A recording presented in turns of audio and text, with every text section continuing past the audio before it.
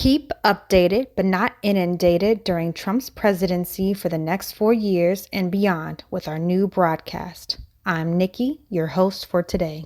Number 1. Altadena. Settled by an abolitionist named Owen Brown in 1887, Altadena is one of the very first diverse cities in Southern California. It was a safe haven for Black families and allies and eventually other communities of color. Unaffected by Jim Crow tactics that denied housing, jobs, insurance, and other services, these communities thrived in Altadena. They even desegregated their schools more than 10 years before it was federally mandated. And until the fires over the past few weeks, 81% of Black families own their homes, which is double the national average. Many of our historical figures like Jackie Robinson, Sidney Poitier, Octavia Butler, and Black Panther Party leader Eldridge Cleaver lived in Altadena. Unfortunately, Altadena was one of the areas hit hardest by the Eaton Fire, which has burned since January 7th. 14,117 acres have been decimated and even more buildings and homes destroyed.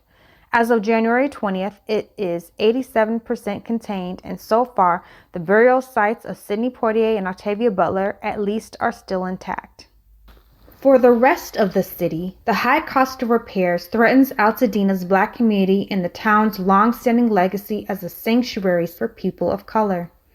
Millions of generational wealth has been destroyed in only a few weeks. Insurance companies like State Farm have been canceling residents' policies, and so many predatory developers have popped up that the NAACP is filing a lawsuit on behalf of many Black Altadena homeowners. It is unlikely that Altadena will ever be the same. However, the people of Altadena still hope to rebuild. Many have started GoFundMe pages to aid their efforts, and organizations like Octavia's Bookshelf, a bookstore in Pasadena, are doing what they can to support Altadena's residents. If you would like to give support, search Altadena on GoFundMe. Number 2. TikTok.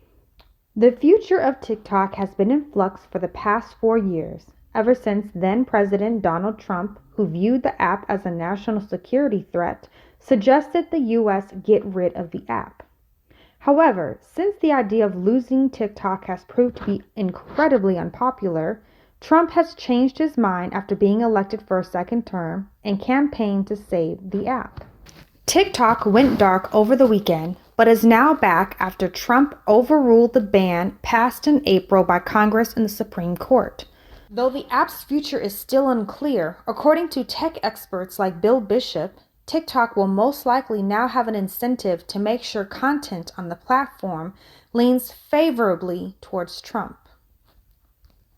X, owned by Elon Musk, who spent $200 million on Trump's campaign, already has significantly loosened its hate speech protections, leading to a noticeable increase in hateful content on the platform. Earlier this month, Mark Zuckerberg, owner of Meta, Facebook, and Instagram, has also overhauled his social media platform's policies to reflect Trump's worldview by ending third-party fact-checking, changing the rules against hate speech, and ending his company's diversity and equity policies. That's all for the news updates. Thank you for tuning in. New videos drop about twice a month, maybe more, maybe less. And to leave you all on a spiritual note, I'd like to share what I'm reading. In December, I wrote down 10 things I wanted to manifest in the new year, cut them up into 10 strips, then burned all but one. I was left with this: read more and watch less TV. So right now I have 3 books on deck. Black Lesbian in White America, written by Anita Cornwell, which, despite being written in 1983, completely reflects my experience 40 years later. She was also a good friend of Audre Lorde, and it's such a shame she's not as well known. I highly recommend her work. Her writing is amazing. Something a little bit lighter and reflective of my love for YA novels, The Sun is Also a Star by Nicola Yoon. It's been on my to-be-read since forever. It's been so long, it actually already has a 6-year-old movie starring Yara Shahidi from Blackish and Grownish. I'm resisting watching the movie until I read it, so we'll see how that goes. And last but certainly not least, I'm finally reading Parable of the Sower by Octavia Butler. Given what's happening with the LA fires and her hometown being compromised, this seems like as good a time as any to read it. It takes place in 2024, features the LA fires, climate change, trips into space while people are running out of water, and a president running under the campaign, Make America Great Again. I highly, highly recommend it, and so far, I am loving it. Trigger warning though, it's not a kid's book, but it's so good. If you have a library card, I suggest downloading the Libby app. If you don't have a library card, get to your local library. They're free. I'm a huge fan of audiobooks as someone with ADHD and dyslexia, but also someone who's really busy. Audiobooks are great for turning mundane tasks like doing the dishes or sweeping into adventures.